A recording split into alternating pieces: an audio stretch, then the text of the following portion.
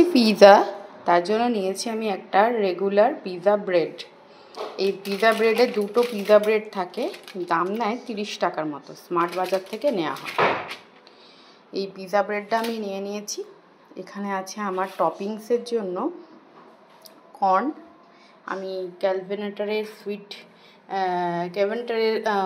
Sweet corn use করছি, আর capsicum আর পেঁয়াজ। মটর দেব না, গ্রিন প্রসেসড মটর আছে কিন্তু ওটা দিচ্ছি না। আমি নিয়ে নিয়েছি গোল চিজ পিৎজা ব্লক, এটা আমি স্প্রেড করে দেবো। তার সাথে আমি red chilli sauce, green chilli sauce, chilli flakes, oregano এগুলো ব্যবহার করব। একটু আমুল বাটারটা তলাকার সারফেসে বুলিয়ে নেব একটু অয়েলিংয়ের জন্য। আর আমি নেব টমেটো সস, মেয়োনিজ, কেয়ার, এই ছোটো ছোটো অরিগ্যানোর প্যাকেটগুলো বা চিলি ফ্লেক্সের প্যাকেটগুলো বেশ ভালো ব্যবহার করার জন্য। তো আমি প্রসেস স্টার্ট করছি।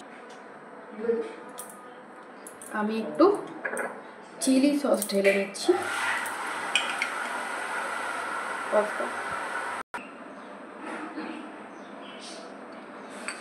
আমি চিলি সস দিয়ে নেব।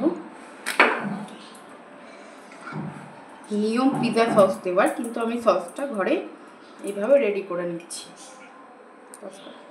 টমেটো সস দিচ্ছি, মেয়োনিজ,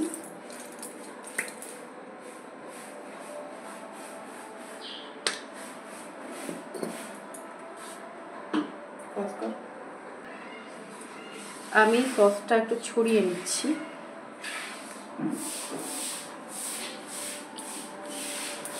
সসটা বেশি হলে জিনিসটা খেতে ভালো হবে।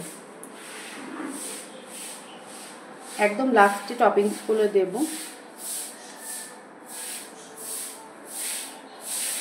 আমি তাওয়াতে করব, আমার কাছে মাইক্রোওভেন অ্যাভেলেবেল নেই, আর আছে আমার কাছে টোস্টার, কিন্তু টোস্টারে তো হবে না, তাওয়াতেও খুব ভালোই হয়, অসুবিধা হবে না। দেখতে জিনিসটা খুবই ভালো হয়েছে। এই পিৎজাটাই আমি যদি এই টপিংস দিয়ে নিতে যাই এখন মোটামুটি পড়ে যাবে আমার 350 থেকে 400 টাকা। আমি চিলি ফ্লেক্স দিয়ে নেব একটু, বেশি দেবো না, ঝাল হয়ে যাবে, জাস্ট ফর ফ্লেভার।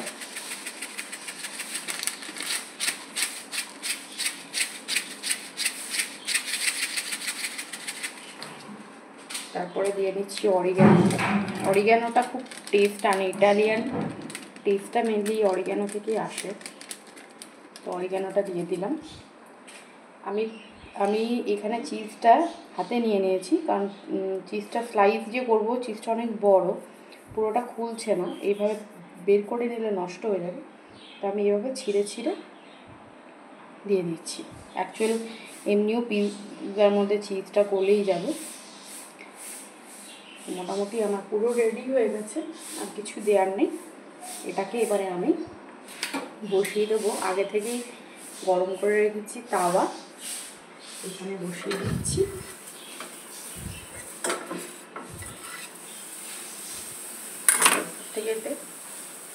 দেখতে খুবই সুন্দর লাগছে এটা।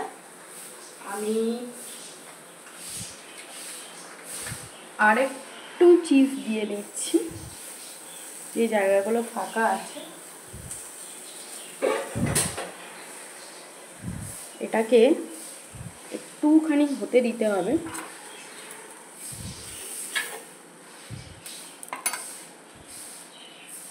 এটা আমি বন্ধ করে দিচ্ছি, একদম লো ফ্লেমে এটা মেল্ট হচ্ছে ধীরে ধীরে। যখন পুরো চিজটা গলে মেল্ট হয়ে যাবে, তার মানে পিৎজা আমাদের রেডি। পিৎজা হচ্ছে, তার সঙ্গে একটু ফ্রেঞ্চ ফ্রাই ছাড়া চলে, তো নিয়ে নিয়েছি ম্যাকেনে ফ্রেঞ্চ ফ্রাই। এগুলো অল্প ভেজে নেব, যদিও এটা খাওয়ার সময় নয়, তবু ক্রেভিংস বলে একটা ব্যাপার আছে। কড়াইতে তেল গরম করতে দিয়েছি, এটা একটা লোহার ছোট্ট কড়াই, যেহেতু অল্প কাজ হবে। আর নিয়েছি এখানে কিছু ফ্রেঞ্চ ফ্রাই, এগুলোকে পরে আবার চাট মশলা আর বিট নুন দিয়ে কোটিং করব। এখন ভেজে নিই। এখানে চিজ প্রায় মেল্ট হয়ে এসছে, একটা সুন্দর স্মেল আসছে। ফ্রেঞ্চ ফ্রাইগুলো গোল্ডেন করে ভাজা হচ্ছে। আর এখানে পিৎজা রেডি হয়ে গেছে, পুরো চিজ ব্লাস্ট পিৎজা।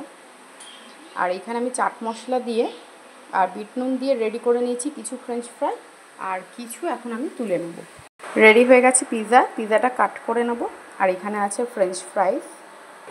রেডি হয়ে গেছে আমাদের ফ্রেঞ্চ ফ্রাই আর পিৎজা কেটে নিয়েছি 4 ভাগে, একদম চিজ লোডেড পিৎজা।